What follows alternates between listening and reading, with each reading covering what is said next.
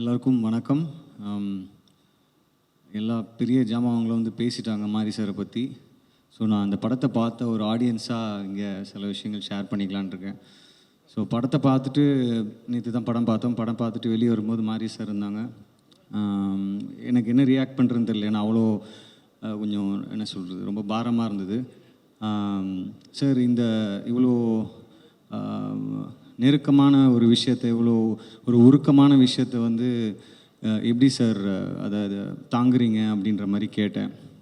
So அப்போது அவர் எதுவுமே சொல்ல, 30 வருஷம் ஆச்சுப்பா அப்படின்னாரு. அந்த 30 வருஷம் ஆச்சுப்பான்னு சொல்லும்போது அதில் ஒரு உண்மை இருந்தது. அந்த உண்மை தான் இந்த வாழை அப்படின்னு எனக்கு தோணுச்சு. ரியல் இஸ் ஆல்வேஸ் பியூட்டிஃபுல் சொல்லுவாங்க.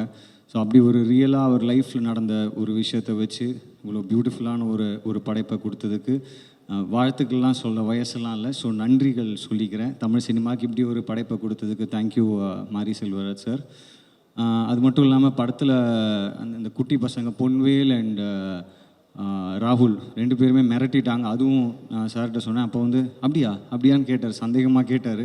என்ன சந்தேகமாக கேட்குறாரு அப்படின்னு யோசித்தேன். என்னை பொறுத்த வரைக்கும் அவர் கண்களுக்கு அவங்க வந்து நடிக்கலை, எல்லாருமே வாழ்ந்திருக்காங்க அப்படி தான் நினைக்கிறேன். அதே மாதிரி கலையரசன் பிரதர், அப்புறம் அந்த அம்மா கேரக்டர் பண்ணவங்க, அதுக்கப்புறம் அழகிய லைலா, அவங்கள எங்கே இருக்காங்கன்னு தெரில, அவங்க நிக்கிலா, எல்லாருமே ரொம்ப எக்ஸ்ட்ராடினரியாக இருந்தது. அப்புறம் நான் சந்தோஷ் நாராயணன் பிரதருடைய big fan of his work.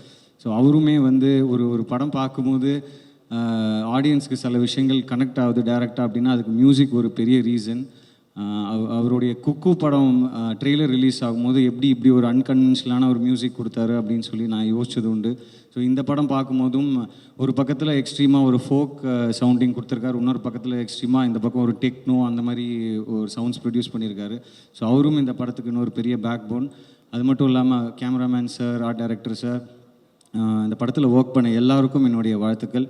அதே மாதிரி இந்த படத்தை ப்ரொடியூஸ் பண்ணியிருக்கிற நாவி ஸ்டூடியோஸ், திலீப் மாஸ்டர், அப்புறம் இங்கே நான் நிற்கிறதுக்கு ரொம்ப முக்கியமான ஒரு பர்சனல் கனெக்ட் ஹாட்ஸ்டார். எனக்கும் விஜய் டிவிக்குமான தொடர்பு வந்து எப்படின்னா லைஃப்லேயே கலந்ததுன்னு நினைக்கிறேன்.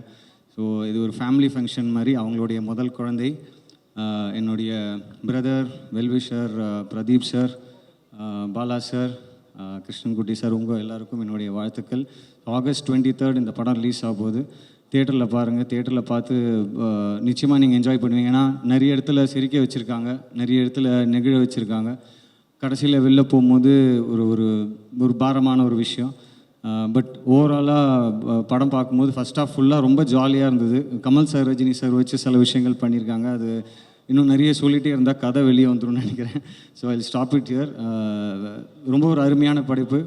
நன்றி மாரி Selvaraj sir and team. Thank you for giving us such a wonderful movie. எல்லாருக்கும் என்னுடைய வாழ்த்துக்கள், நன்றிகள், என் அன்பு மட்டுமே. தேங்க்யூ.